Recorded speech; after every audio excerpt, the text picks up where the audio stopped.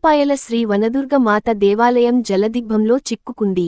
భారీ వర్షాల నేపథ్యంలో సింగూరు ప్రాజెక్టు నుండి నీరు విడుదల చేయడంతో మంజీరా నది ఉధృతంగా ప్రవహిస్తుంది. మంజీరా ఉధృతికి ఆలయంలోకి నీరు చేరి వరద ప్రభావం పెరగడంతో అమ్మవారికి రాజగోపురం వద్ద పూజలు నిర్వహిస్తున్నారు. గత 10 రోజులుగా అమ్మవారికి రాజగోపురం వద్దనే పూజలు కొనసాగుతున్నాయి. 10 రోజులుగా అమ్మవారి దేవాలయం జలదిబ్బంలోనే చిక్కుకుంది. వరద ప్రవాహం రోజురోజుకు పెరుగుతుండడంతో అటుగా ఎవరు వెళ్లకుండా అధికారులు భారీ గేట్లు ఏర్పాట్లు చేశారు. వరద ఉధృతి కారణంగా ఎవరు నది ప్రాంతంలోకి వెళ్లవద్దని సూచిస్తున్నారు. మరో 5 రోజుల పాటు ఈ వరద ఉధృతి కొనసాగే అవకాశం ఉందని తెలిపారు.